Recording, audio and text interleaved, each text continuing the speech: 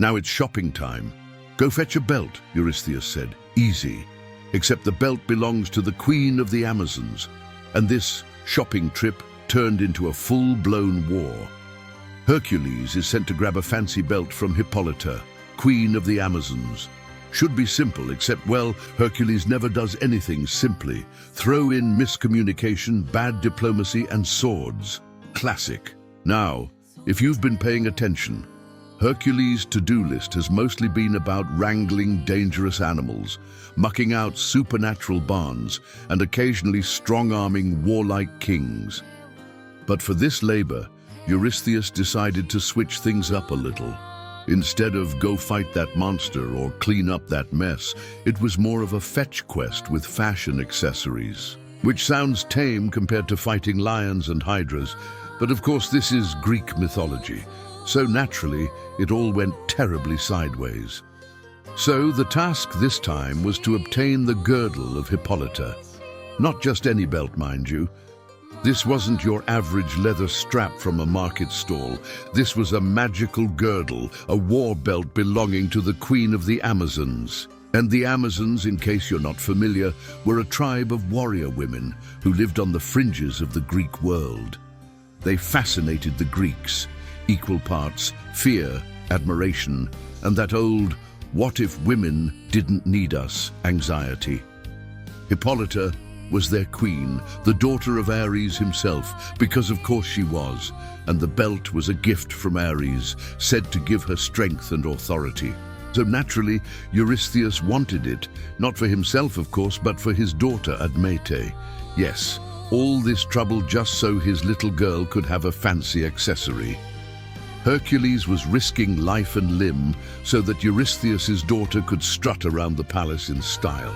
Now let's pause here for a moment. Hercules had faced monsters, gods, and tyrants. And now he was being sent off to take a Queen-S belt, so it could be repurposed as a rich girl fashion statement. You have to imagine him rolling his eyes at this one. But still, a labor is a labor. So off he went. Hercules set sail with a crew. In some versions, he even had Theseus along for the ride. Because why not throw in another famous hero when you can? They sailed across the Augean and into the Black Sea, toward the lands of the Amazons. And when they arrived, something surprising happened. Instead of immediate hostility, Hippolyta came out to meet them. And, believe it or not, she liked Hercules.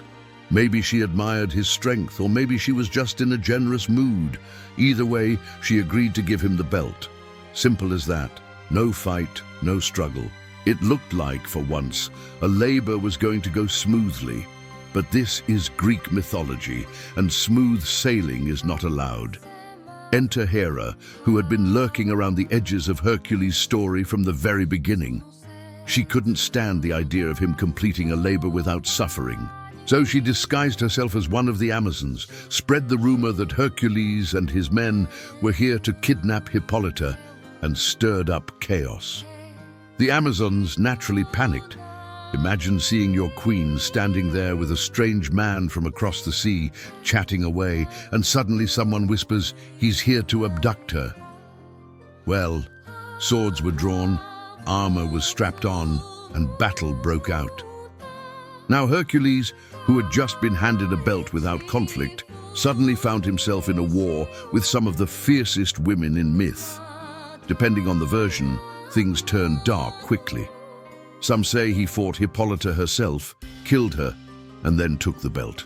Others say the confusion caused her to be trampled or slain in the fighting.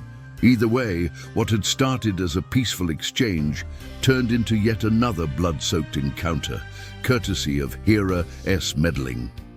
And so Hercules left with the belt, mission accomplished technically. Eurystheus got what he wanted for his daughter, and Hercules checked off another labor, but the cost, as usual, was high. A queen's life lost, an entire people enraged, and another chance at a less tragic solution, ruined by divine jealousy. Now the story doesn't end there. The Amazons would continue to play a role in Greek myth. Theseus himself, depending on the tradition, ended up abducting one of them. sparking another whole cycle of wars. But for Hercules, this was just one more line on his increasingly bizarre resume. Lion slayer, Hydra fighter, stable cleaner, horse wrangler, and now belt collector. What makes this labor interesting is how it shifts away from brute force into the realm of diplomacy, or at least it tries to. For once, Hercules didn't actually need to smash anything. Hippolyta was willing. There was the possibility of mutual respect, of exchange instead of conquest. But the gods and the Greeks telling these stories couldn't quite imagine letting it end that way. Peaceful solutions rarely make it into mythology. And Hera, ever the saboteur, wasn't about to let Hercules enjoy an easy win. There's also the irony of the belt itself. It wasn't just jewelry. For Hippolyta, it symbolized her role as queen, her authority, her strength. Taking it wasn't just stealing a trinket. It was undermining an entire culture of women who had built a life outside the norms of the Greek world. So even though Hercules succeeded, the story leaves a lingering sense of imbalance.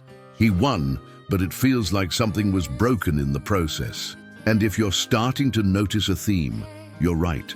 Over and over, Hercules' labors don't just test him physically, they ripple outward, leaving behind damage, grief, and loss. He finishes his tasks, but the world around him is often worse off for it. The Hydra's swamp poisoned, Abderus dead, Hippolyta slain. The labors may redeem him personally, but they're not exactly helping the rest of humanity. Still, the belt was delivered. Eurystheus' daughter got her prize. Hercules got to mark another labor off the list. And Hera, well, she got the satisfaction of watching another encounter collapse into bloodshed. Everyone got what they wanted, in a twisted kind of way. So Hercules set his sights on the next challenge, because Eurystheus wasn't done yet, and there were still more ridiculous errands to come.